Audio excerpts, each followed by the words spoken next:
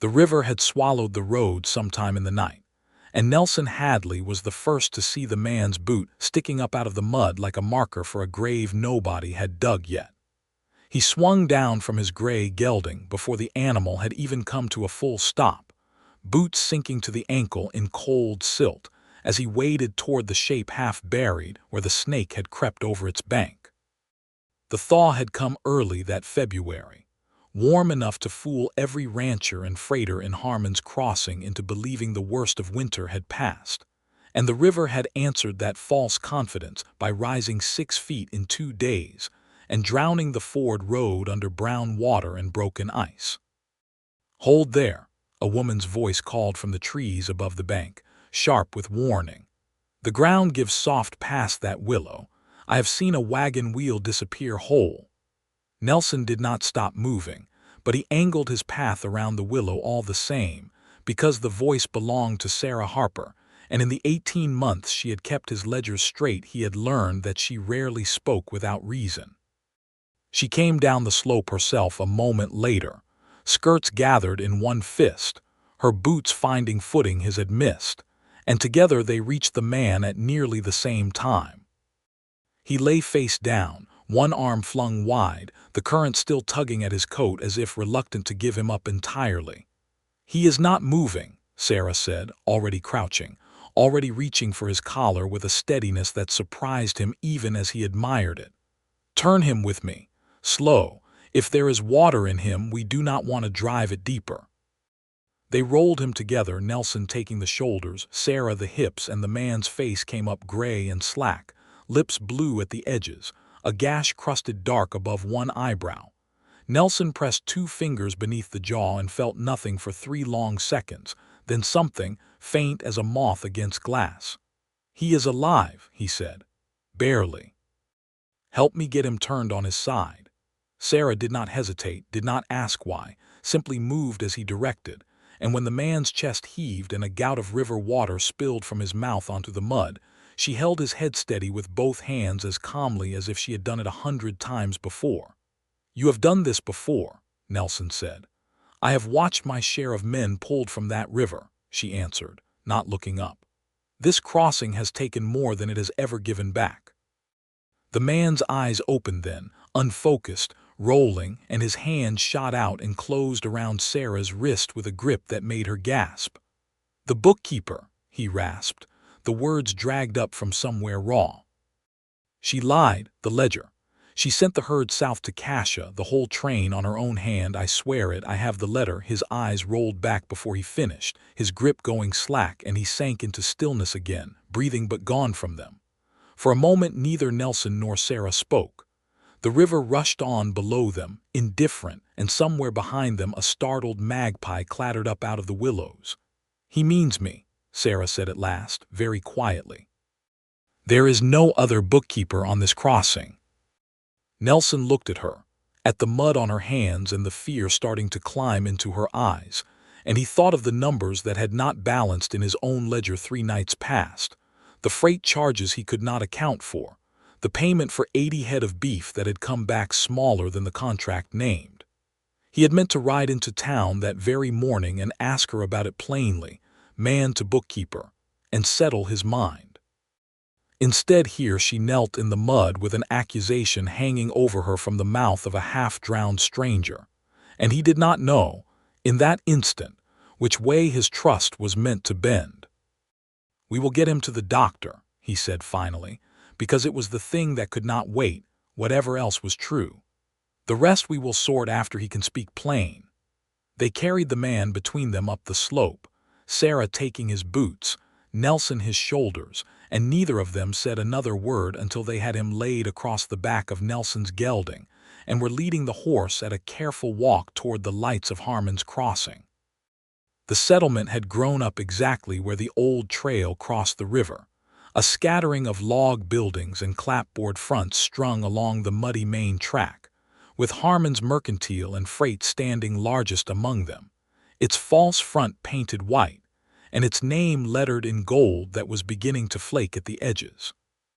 Silas Harmon had built the place 30 years before as a trading post for the wagon trains rolling west, and the town had simply grown up around it and taken its founder's name, the way towns did. Dr. Ansel Cobb met them at his door in his nightshirt and took one look at the man on the horse before waving them inside. Set him on the table there. Careful of the head. While the doctor worked, Nelson stood near the window with his hat in his hands, and Sarah stood near the door with her arms wrapped around herself, and the distance between them in that small room felt greater than the few feet of floor that separated them. "You did not do what he said," Nelson said at last. It was not quite a question. "No," she met his eyes without flinching.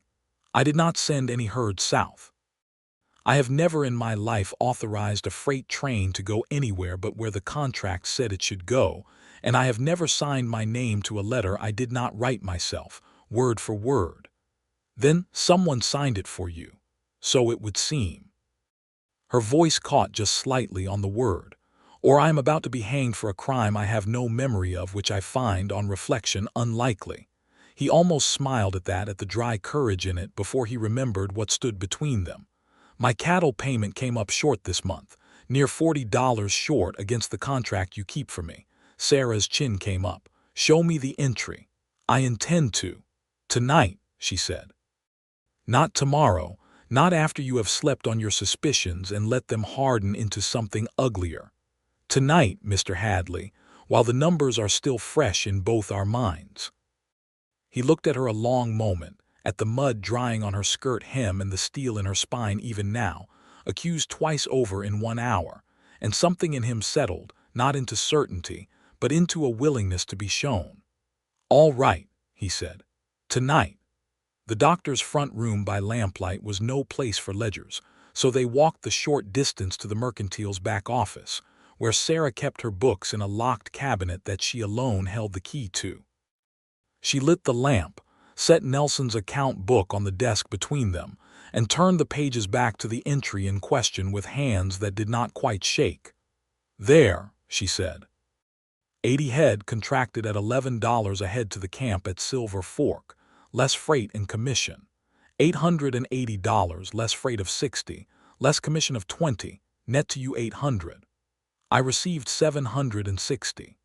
Sarah's finger traced down the column, and Nelson watched her face change as she found what he had already found on his own, 3 nights before, by lamplight in his own kitchen with considerably less patience than she now showed. "This entry," she said slowly, "is not in my hand. It looks like your hand to me. It is meant to look here at the 7. I make my 7s with a cross stroke, always, my mother taught me so, to keep them from being read as ones on the trail where paper gets wet and ink runs. This 7 has no cross stroke. And this figure of freight, $60, I never charge freight against a completed contract. It is folded into the commission from the start. Everyone on this crossing knows that, including you, Mr. Hadley, because I have told you so myself not 2 months past." Nelson leaned closer, and there it was, small as a splinter but unmistakable once she had shown him where to look. "Someone copied your hand and did not copy it well enough." "Someone copied my hand," Sarah said, and her voice had gone very still, very careful, "in this office, using this ink which is kept in that cabinet to which only 2 people hold a key. You and who else?" She did not answer at once. When she did, it was barely above a whisper, as though saying the name too loudly might make it more true than she was ready for. "My uncle." The name hung in the lamplit room between them, and Nelson understood, in the way of a man who had spent years reading sign on a trail, tracking cattle through brush and men through their lives, that they had just found the first true mark of a much longer trail, one that would not end with a single forged entry in a single book. They did not sleep much that night. Sarah went through every contract of the past 3 months by lamplight, marking each entry with a small pencil check where her own hand was certain, and by the time the lamp burned low there were 4 such marks, scattered among cattle contracts and freight bills, always small, always plausible, the kind of shortfall a busy man might never think to add up against another. Nelson sat across from her through most of it, not because he had anything useful to add to the arithmetic, but because he found he did not want to leave her alone with what she was discovering. 40 here, she said once, tapping a line. 20 there. A man does not build a fortune stealing $40 at a time, Mr. Hadley? No, Nelson agreed. But a man might build a habit that lets him steal a good deal more all at once when the moment serves, and count on nobody noticing the pattern until it is too late to matter. Sarah looked up at him, and in her eyes he saw the same cold understanding that had been building in his own chest for the better part of an hour. The supply train, she said. The one that never arrived from Boise City. 3 weeks overdue now, and every merchant on this crossing charging double for flour because of it. And a man half drowned in the river with a letter in his coat, or so he claims, that says you sent that very train south. Then he did not imagine the letter, Sarah said, standing so quickly her chair scraped the floor. Someone wrote it, in a hand meant to pass for mine, and used it to send 80 wagons of flour and grain and mining tools away from where hungry people are waiting for them. In the middle of the worst flood this crossing has seen in 10 years, when nobody could easily follow to ask questions. And when it comes out, Nelson said slowly, working it through even as he spoke it, as it must once folk go hungry enough and angry enough to demand answers, there will be a ledger and a letter, both in a woman's hand that is not quite a woman's hand, waiting to take the blame instead of the man who profits. Sarah sat back down all at once as if her legs had simply stopped agreeing to hold her. I would lose everything, she said. Not just my place here.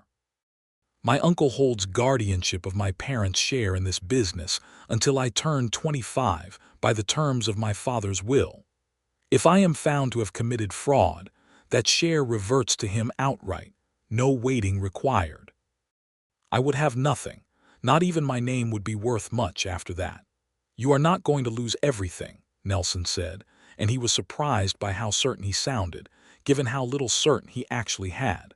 Not while I have breath to say otherwise in front of whatever judge comes through here. You believe me, then.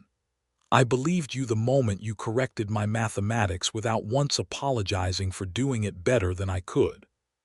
He said it lightly, but he meant every word beneath the lightness, and he watched something in her shoulders ease just slightly at hearing it. Then we had better find that supply train, Sarah said, before it finds a way to disappear entirely. They agreed, before the lamp burned out entirely, that the man from the river was their surest thread, once he could speak, and that in the meantime Sarah would comb every contract back 6 months for the pattern of small thefts, and Nelson would ride out along the southern fork toward Cassia at first light, to see for himself whether 80 wagons of flour and grain had truly gone that way, and if so, where they had gone after. It was 3 days before Amos Whitfield, the man from the river, could speak in full sentences, and by then Nelson had already ridden the southern fork twice over and found what he expected to find and dreaded finding all the same. Wheel ruts, cut deep and fresh into mud that had not existed as mud until the thaw came, forking away from the main freight road exactly where a man might expect an honest driver to keep straight on towards Silver Fork, and instead bending south toward the mining camp at Cassia, 2 days' hard ride distant. He brought his report back to the mercantile office, where Sarah had taken to working later and later each night, a lamp burning in the window long after Silas Harmon had retired to the rooms above the store. 80 wagons do not turn a corner without someone noticing, Nelson said, dropping into the chair across from her desk, road dust still on his coat. I found the fork. I found the ruts, deep as a man's forearm in places, cut before this last rain, which means the train went south the better part of 2 weeks ago, right about the time the water first started rising. Before the flood could be blamed for it, Sarah said, and yet late enough that the flood could be used afterward to explain why no wagons had come through and why the roads were too dangerous to send anyone to check. That is my reading of it. Sarah pushed a ledger across the desk toward him, several pages marked now with her small pencil checks, more than a dozen of them scattered across 3 separate account books. I have found the pattern going back 4 months, always small. always against contracts with freight involved, so the missing sum could be explained as spoilage or breakage or a bad crossing that damaged goods. He has been skimming this mercantile for the better part of a year, Mr. Hadley, and I never once caught it, because I trusted every figure he handed me to enter. You are not to blame for trusting a man who raised you. He did not raise me, Sarah said, and something old and tired moved behind her eyes. He took me in, after my parents drowned crossing this very river when I was 11 years old, because my father's will named him guardian, and there was a small inheritance attached to the arrangement that made the burden worth carrying. He has fed me and housed me and taught me figures because a bookkeeper who works for nothing is worth a great deal more to a man like Silas Harmon than a niece he must otherwise support out of simple obligation. I do not say this bitterly. I say it because it is true, and because I think now it explains a good deal. Nelson said nothing for a moment, only looked at her, this woman who had just laid out the whole cold architecture of her own life without once asking for pity in the telling of it, and felt something shift and settle in his chest that had nothing to do with ledgers or missing wagons. Amos Whitfield is asking for you, he said instead, because it was easier for the moment than saying the other thing. The doctor says he is well enough to talk plain now, and he has been asking, every hour he is awake, whether the bookkeeper has been told the truth of what happened yet. They found Amos Whitfield propped against pillows in the back room of Dr. Cobb's house, thinner than he had been pulled from the river, the gash above his eye stitched and scabbed, but his eyes clear now and ashamed. "Miss Harper," he said, before either of them could speak, "I owe you an apology I do not know how to make big enough." "Tell me what happened," Sarah said, taking the chair beside his bed without preamble, "and we will decide together whether an apology is owed, or whether you were simply a man doing the job put in front of him." Amos told it plainly, the words coming easier now that the fever had burned out of him. He had been trail boss on the supply train out of Boise City, 80 wagons of flour, grain, mining tools, and dry goods bound for Silver Fork by way of Harmon's Crossing, the largest single shipment the settlement had seen in 2 years. 3 days out from the crossing, a rider had met them on the road with a letter, sealed, addressed to him by name, and signed at the bottom in a careful, looping hand. It said the ford at Harmon's Crossing was washed out entire, that the bookkeeper herself had ridden ahead to warn what trains she could, and that I was to take the South Fork to Cassia instead, sell what I could there to recoup losses against the delay, and forward the proceeds through a man named Otis Prout, who kept a trading post there and would know how to reach Mr. Harmon with the funds. He looked at Sarah with real misery in his eyes. I did not doubt it. Why would I? The crossing does wash out, most every spring, and the letter had your name on it plain, and the seal looked proper, and I was 2 days from anywhere else to ask. What happened at Cassia? Nelson asked, though he thought he already knew the shape of it.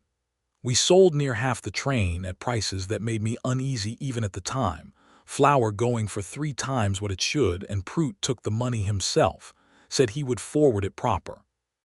I asked to see some manner of receipt for my own protection, and that was when things turned ugly. 2 men I did not know came into Prout's store while I was arguing the matter, and the next thing I recall with any clearness is waking half drowned in the brush along this very river, with my head split and my memory scrambled, and the letter, God help me, still folded in my coat where I had kept it, because some part of me even then thought I might need it to prove I had done nothing wrong. "Do you still have it?" Sarah asked, very quietly. Amos reached beneath his pillow and drew out a folded square of paper, water-stained, the ink smeared but legible, and held it out to her. Sarah unfolded it with careful fingers and read it through once, twice, her face going paler with each pass, and then she laid it flat on the coverlet and pointed to the signature at the bottom. "This is not my hand," she said. "It is close. Closer than the ledger entries. Whoever forged this took more care, but look here at the H in Harper. I loop mine to the left always, my father taught me so. He said a hand that loops right was a hand too eager to be somewhere else. This loops right. She looked up at Nelson. It is the same forger, the same hand behind the letter and behind the ledger both. Your uncle, Amos said, understanding dawning slow and terrible across his battered face. It was Silas Harmon's man who beat me, wasn't it? I would know his voice if I heard it again, one of the two who came into Prout's store. I am nearly certain of it. A big man with a scar through one eyebrow who called the other Riggs. Riggs, Nelson repeated. That is a name I know. Silas has had a man of that name doing odd work around the freight yard these past 6 months. I never thought much on it. Then we have a thread that runs from a letter to a ledger, to a beating, to a man named Riggs who works the freight yard for Silas Harmon, Sarah said, and there was iron in her voice now where there had been only fear before. That is more than enough thread to hang a man, if we can only follow it far enough to find where it is tied. That very night, someone tried to make certain they would never get the chance. Sarah woke to the sound of the back office door easing open on its hinges, a sound she knew from 1,000 ordinary mornings, except that it was well past midnight, and she had locked that door herself before retiring. She lay still in the dark of her small room above the store, heart hammering, and heard the scrape of the cabinet where she kept her ledgers, the very cabinet to which only she and Silas held a key. She did not scream. She had learned young, growing up in a house not entirely her own, that a scream bought a woman very little and cost her the element of surprise, which was often the only weapon she had. Instead she rose, silent, pulled on her boots over her nightdress, and slipped out her window onto the porch roof that ran along the back of the building, the very roof she had used as a girl to escape an evening of her uncle's temper more times than she cared to count. From the porch roof she could see, through the office window below, the shape of a man crouched at the cabinet, a shuttered lantern throwing just enough light for her to make out that he was not Silas at all, but a bigger man, broader through the shoulders, working a thin blade against the cabinet lock with the patience of someone who had done such work before. She did not think. She acted, the way she had learned to act when numbers on a page threatened to run away from her, by fixing on the one clear thing that mattered, which was that the ledgers in that cabinet were the only proof in the world that the forged entries existed at all. And if this man destroyed them, there would be nothing left to set against Silas Harmon's word but her own, worth nothing against a guardian's, in any court on the frontier.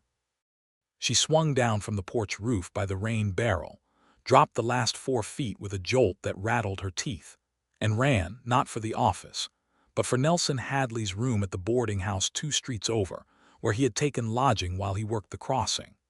She was pounding on his door within 3 minutes, breathless, and he opened it in his shirt sleeves with a revolver already in hand, some instinct of his trail years bringing him fully alert before he had even seen who stood in his doorway. "Someone is in the mercantile," she gasped. "At the cabinet, a big man, I could not see his face." Nelson did not waste breath on questions. He pulled his boots on standing, grabbed his coat, and they ran together through the dark streets of Harmon's Crossing, mud sucking at their boots, the moon giving just enough light to keep from breaking their necks on the ruts. They came around the side of the mercantile in time to see a shape slip out the back door with a bundle under one arm, and Nelson did not hesitate. He closed the distance in 6 long strides, and took the man low around the legs the way he had once taken down a steer gone wild at branding time, and they went down together into the mud with a crash that knocked the lantern from the intruder's other hand and sent it hissing out in a puddle. The man fought hard, a big man indeed, with a scar Nelson felt more than saw across one eyebrow when a fist caught him glancing along the jaw, but Nelson had wrestled cattle twice this man's weight, and had no intention of losing a fight to a thief in the mud of his own accord. He got a knee into the man's back, and an arm locked behind him before the fellow managed to twist free enough to land one more blow, this one solid enough to split Nelson's lip, before Sarah, who had not stood idle through any of it, brought a fence post down across the back of the man's knees with both hands and all the strength her arms possessed. The man went down with a grunt and did not immediately rise, and Nelson pinned him there in the mud, breathing hard, while Sarah snatched up the bundle he had dropped and clutched it to her chest. "The ledgers," she said, checking them by feel in the dark. "All 3 books. He was taking them, not burning them, which means someone wanted them kept somewhere else, where they could be produced later against me if it served, or vanished entirely if that served better." "Riggs," Nelson said, hauling the man's face up out of the mud by his collar. In the thin moonlight, the scarred eyebrow was unmistakable. Amos Whitfield's memory serves him well. Riggs said nothing, only glared, and when the town's part-time constable arrived at last, roused by the noise, Nelson and Sarah between them had enough to see the man locked in the settlement's single jail cell to await whatever judgment the law saw fit, though both of them understood the man himself was only ever the hand and never the mind behind it.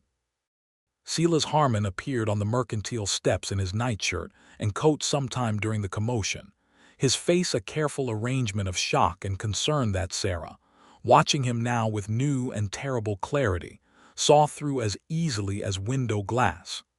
"Riggs, breaking into my own store," Silas said, shaking his head. "I cannot fathom what possessed the man. I shall of course cooperate fully with whatever the constable requires."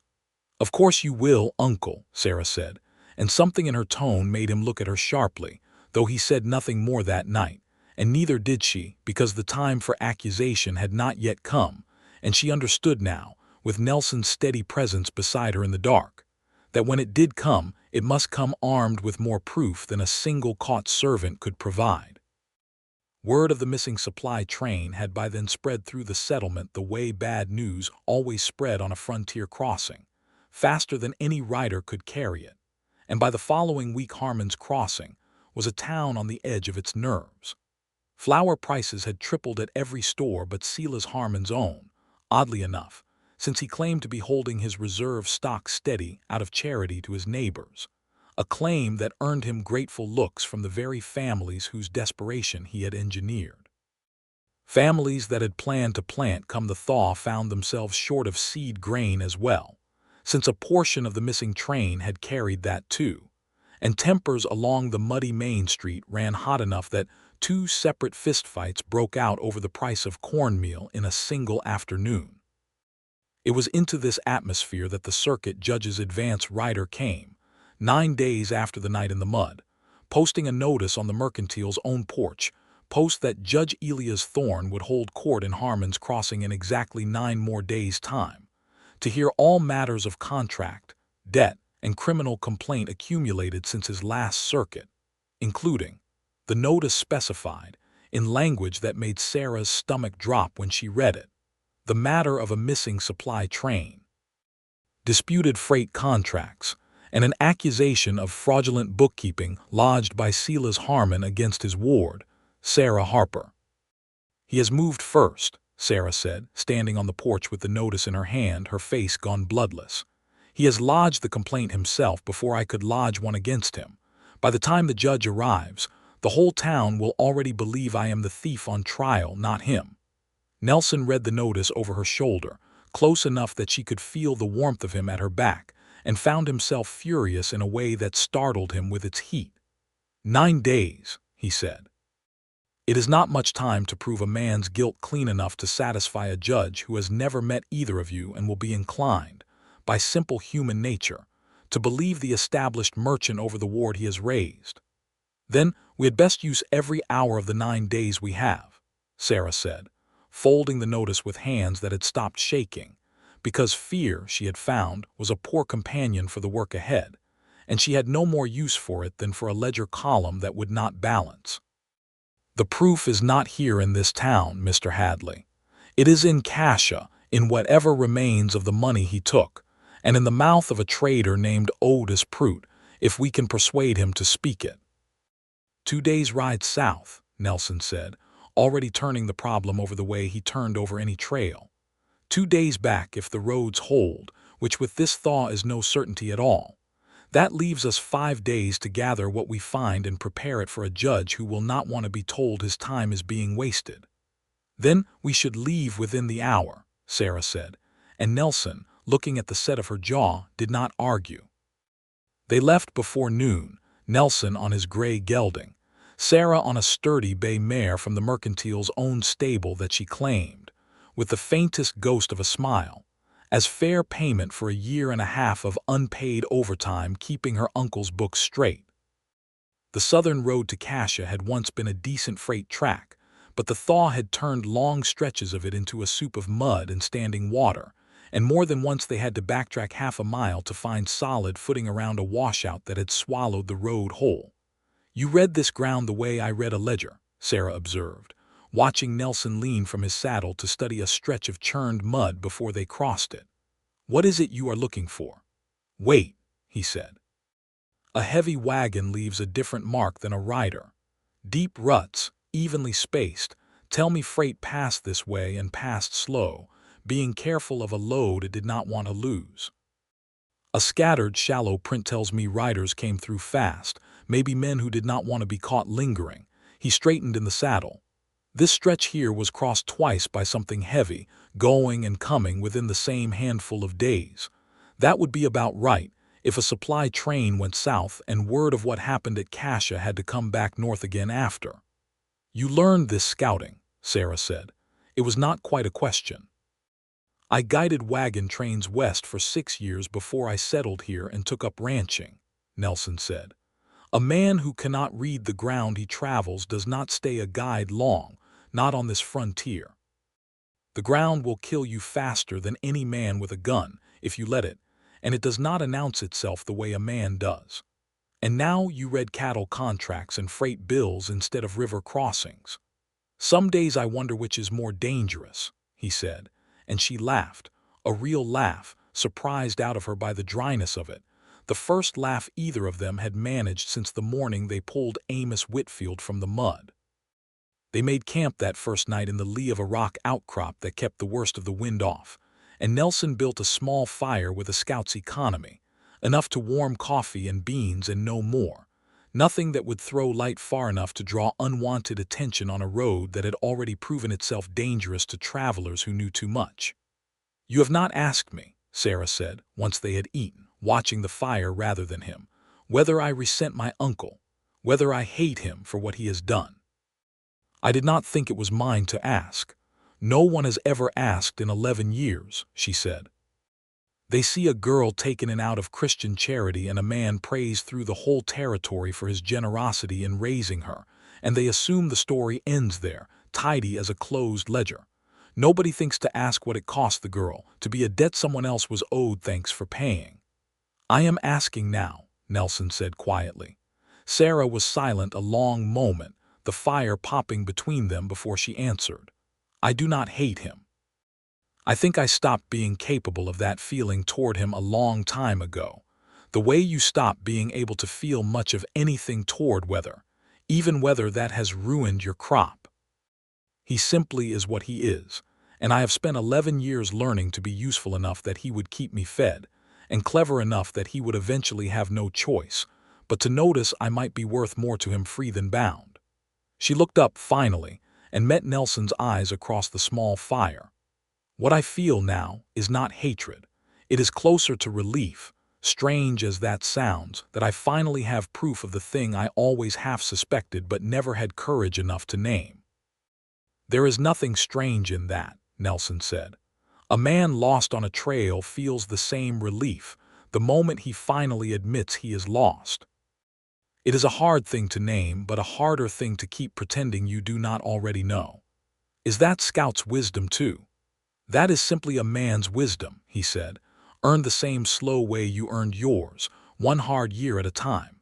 He paused and added more quietly, "For what it is worth, Miss Harper, I do not think anyone looking at you would ever mistake you for a debt someone else was owed thanks for paying."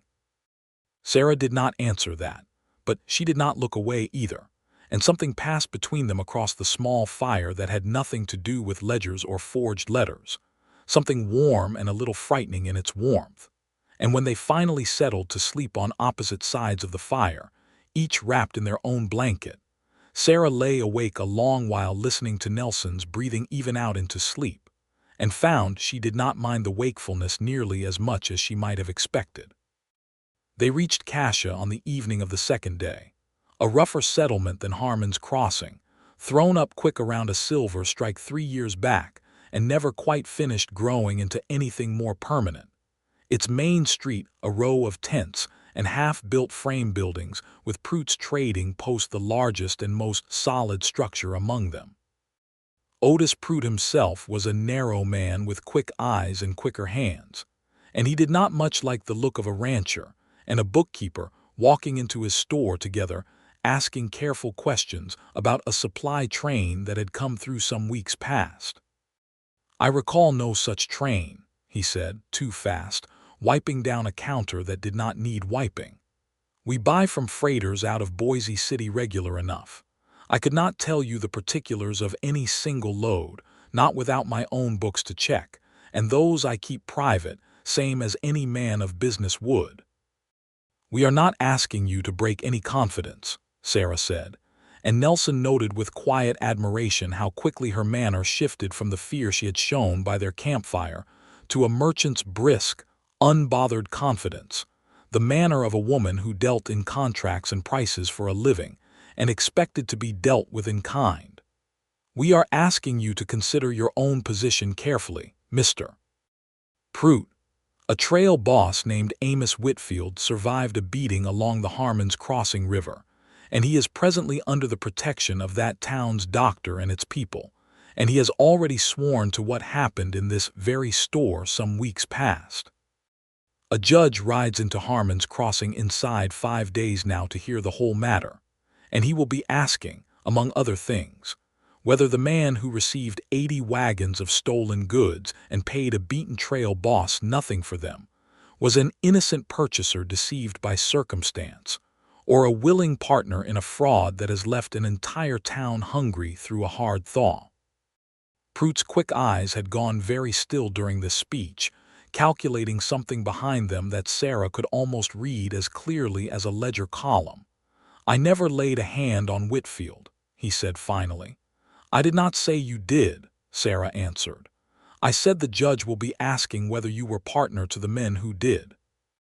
That is a different question, and it may have a different answer, if you are wise enough to answer it honestly and early, rather than being dragged to it by a subpoena after the town has already decided you are guilty of the worst charge." There was a long silence, in which Prout looked from Sarah to Nelson and back again, weighing something Nelson recognized well enough from a lifetime of dealing with men who lived by narrow margins and narrower loyalties.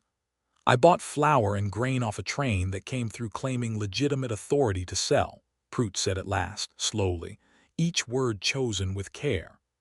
"I paid honest prices for the time, given the flood scarcity everyone knew was coming. I forwarded the proceeds, less my own commission, to a man who came to collect them a week later, a big fellow with a scar through one eyebrow, name of Riggs, who told me he worked for Silas Harmon of Harmon's Crossing and had come to settle the account on his employer's behalf." "Did he give you anything in writing?" Nelson asked. "A receipt, an instruction, anything bearing Harmon's name or hand?"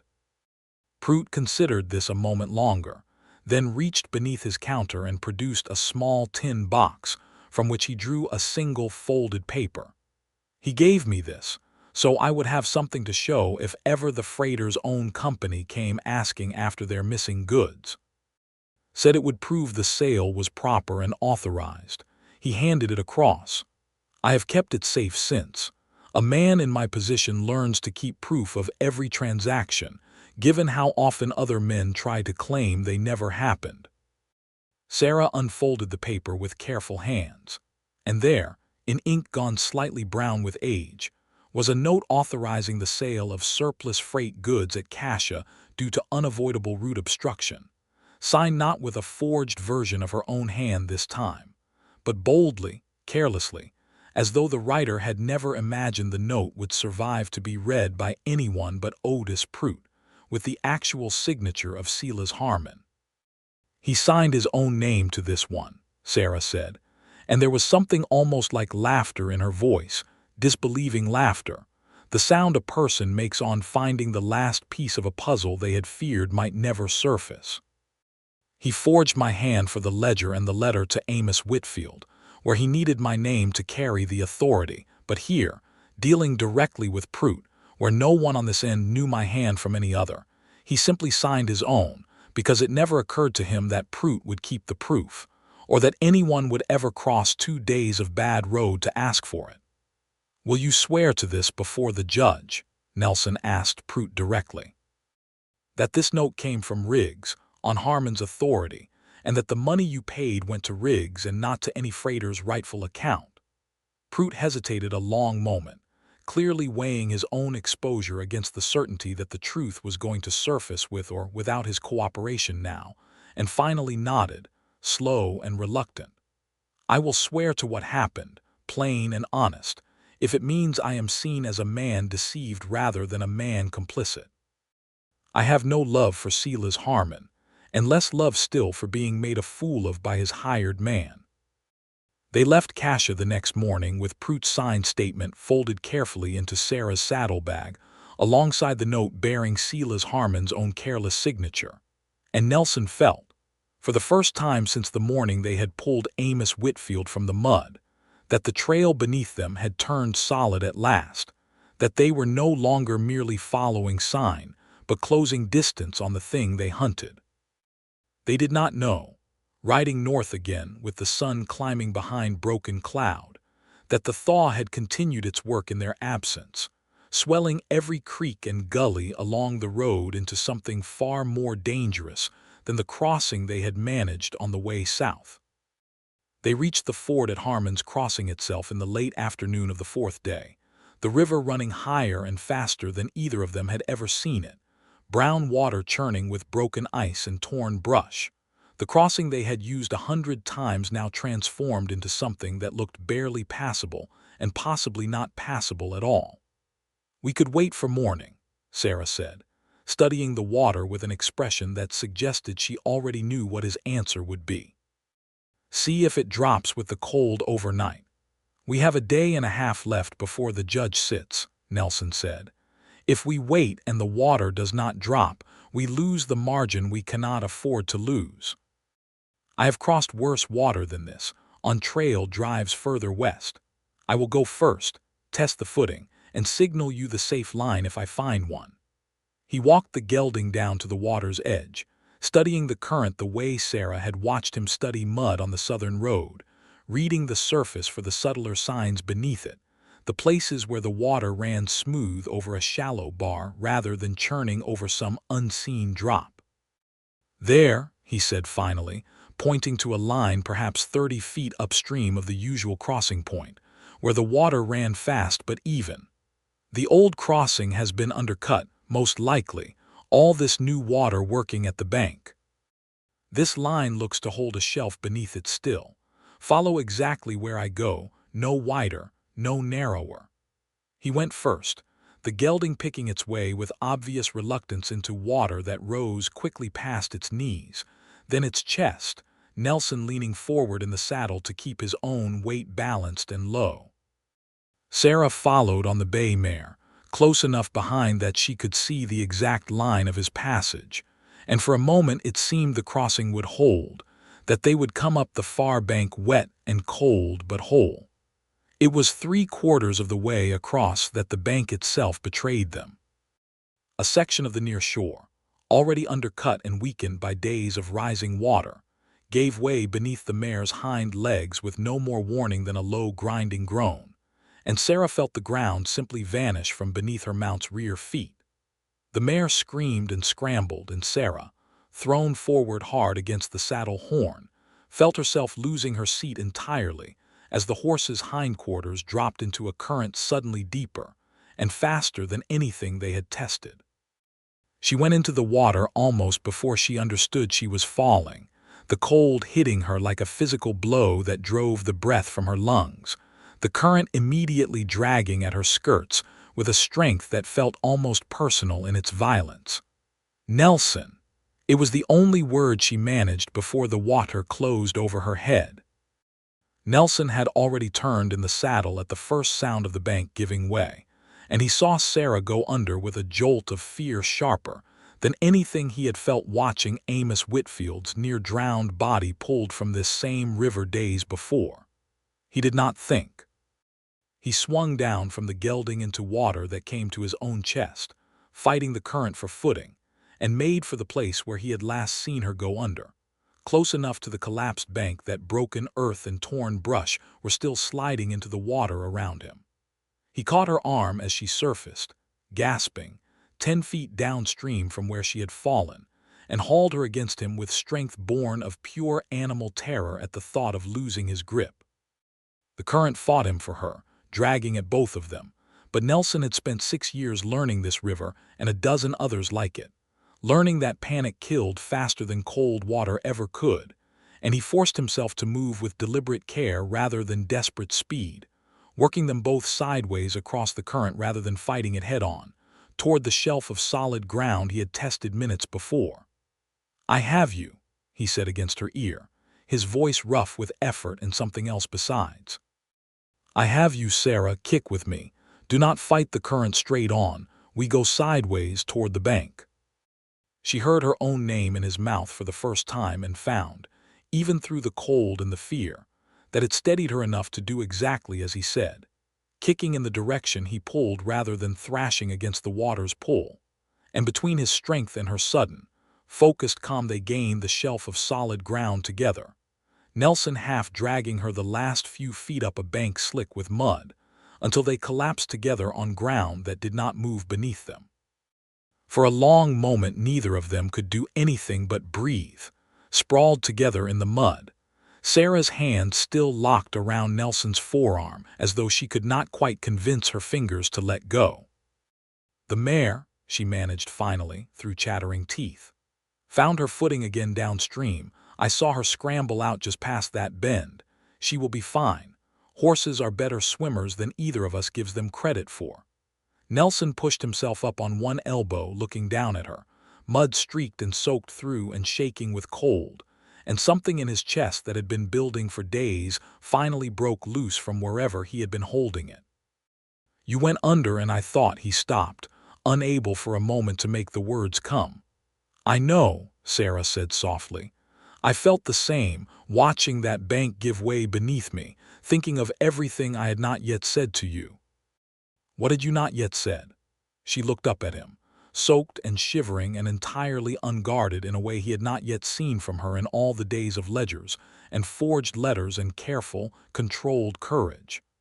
"That I have not felt safe in 11 years, Nelson Hadley, not truly safe, not the kind of safe where a person can simply exist without calculating every angle of their own protection.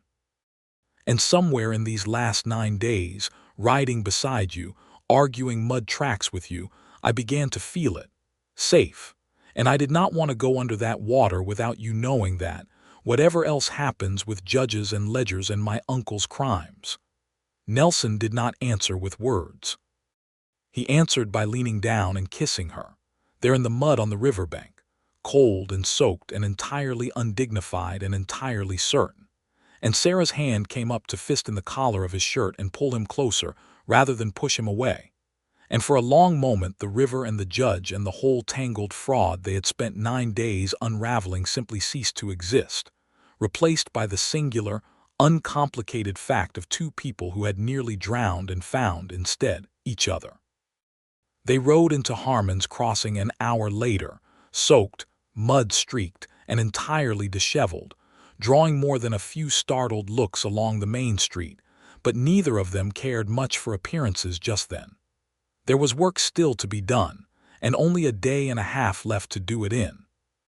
The town, for all its hunger and its fear, had not entirely forgotten how to gather for something other than grief, and it happened that the evening before the judge's arrival had already been set aside, weeks before, for a dance to celebrate the thaw and pray the coming season might prove kinder than the last few had been.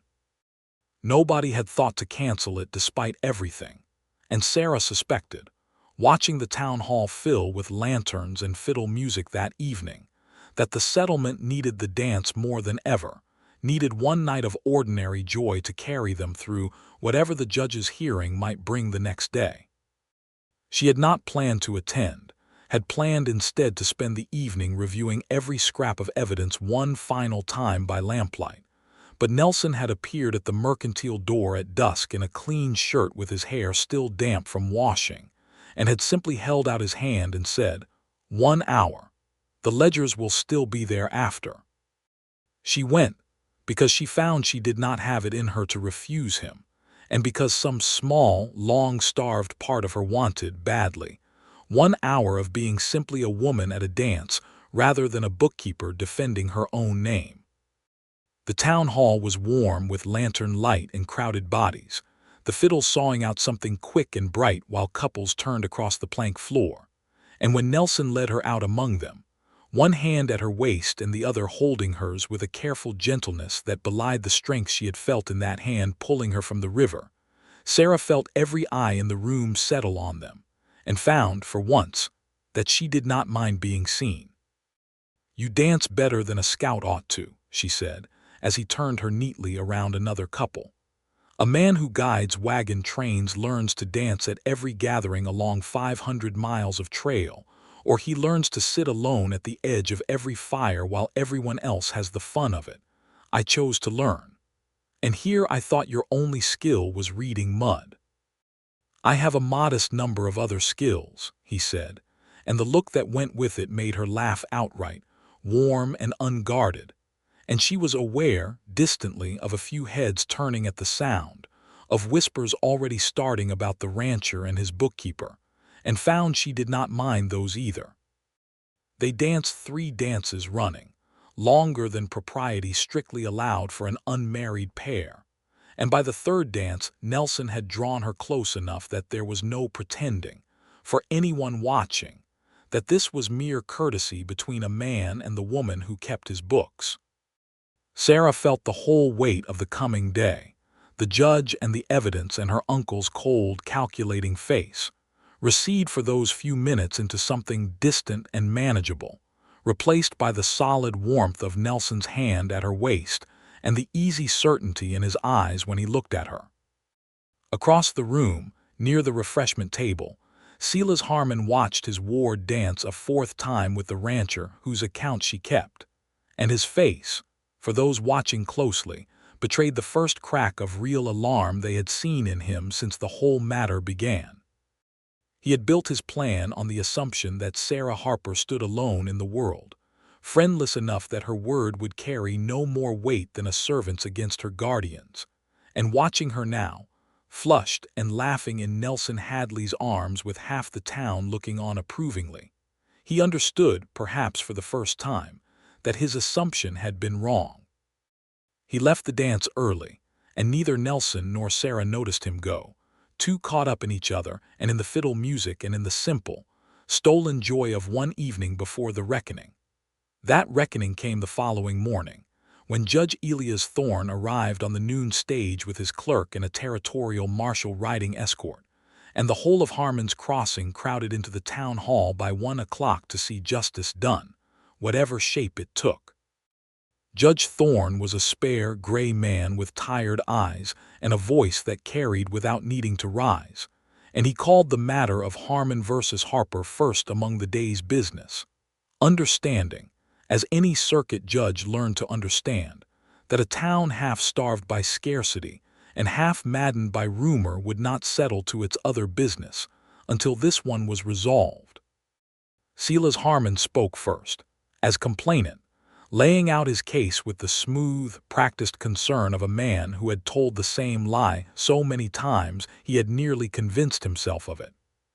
His ward, he explained sorrowfully, had access to his ledgers and his correspondence both, and had used that access, he feared, to redirect an entire supply train for her own profit, forging his signature where needed and covering her tracks with small thefts spread across months of accounts.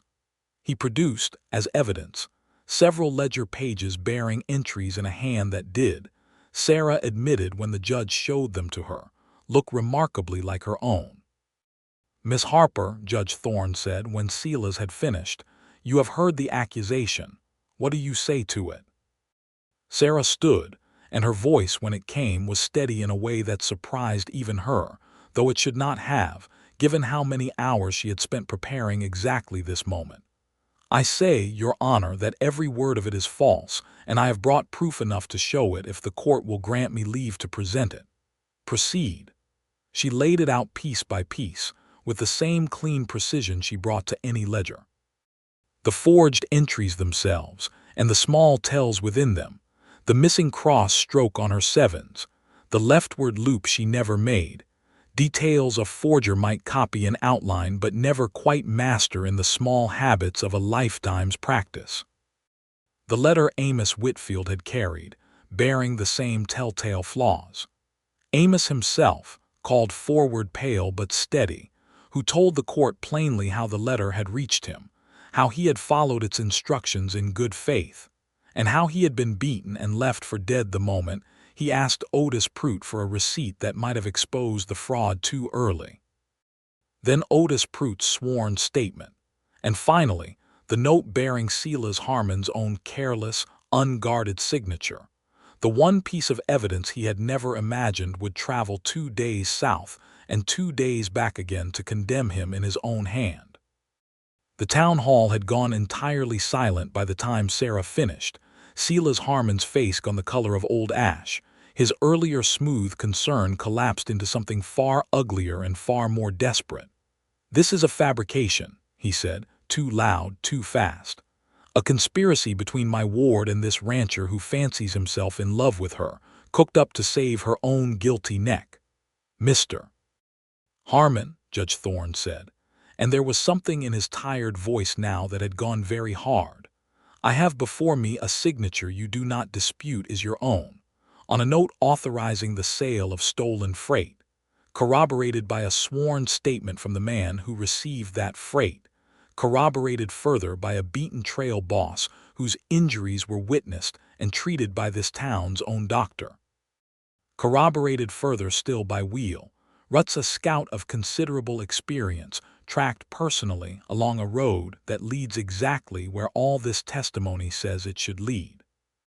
I have sat this circuit 11 years, and I have rarely seen a case built with more care or presented with more restraint than the one Miss Harper has laid before this court today.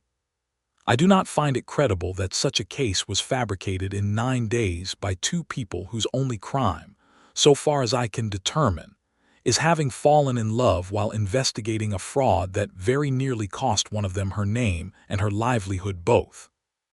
A murmur ran through the crowded hall at that, and Sarah felt her face flush, but she did not look away from the judge, and did not look away either when Nelson's hand found hers where she stood and held it, plain for the whole town to see.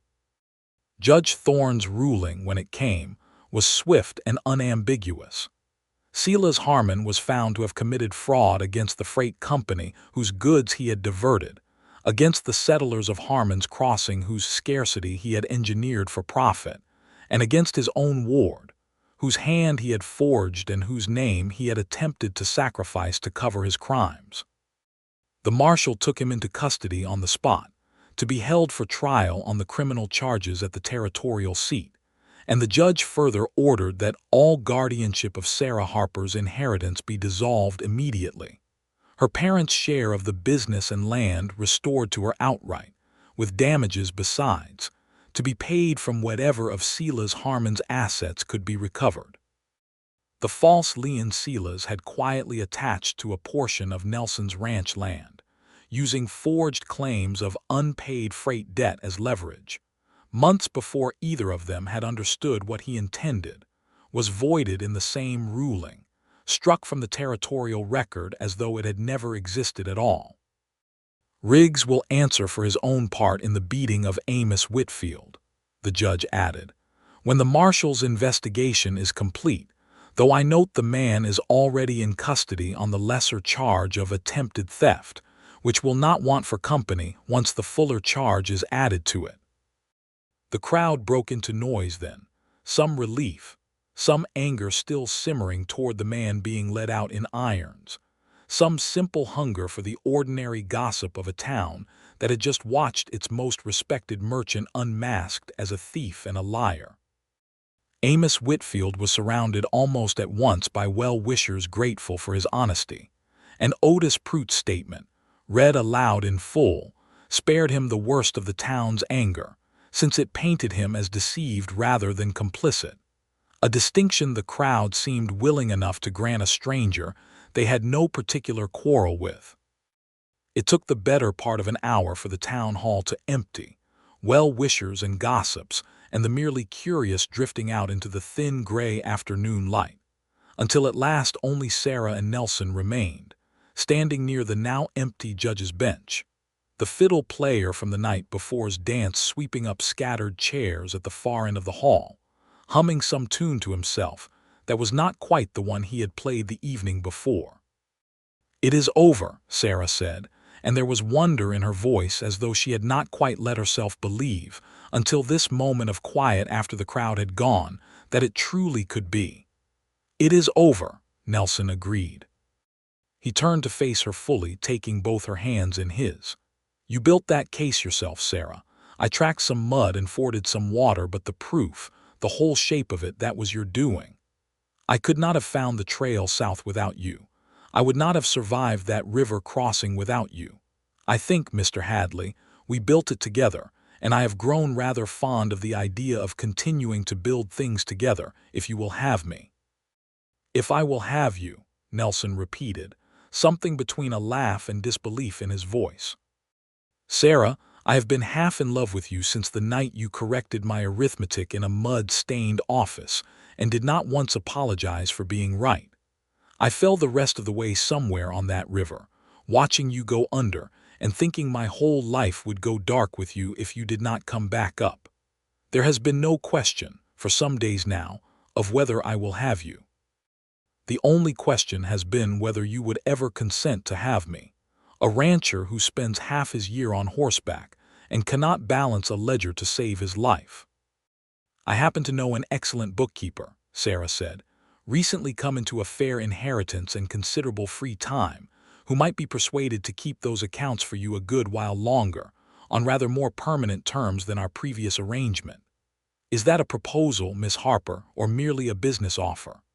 "I have found, in my experience," Sarah said, stepping close enough that he could feel the warmth of her, "that the best arrangements are always a little of both."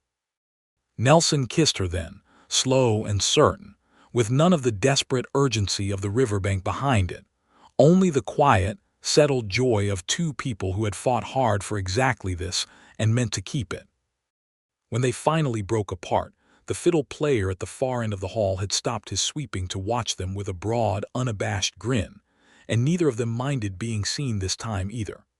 "There is a piece of land," Nelson said, "along the river, upstream of the crossing, where the bank runs high and firm and never floods, not even in a thaw like this one.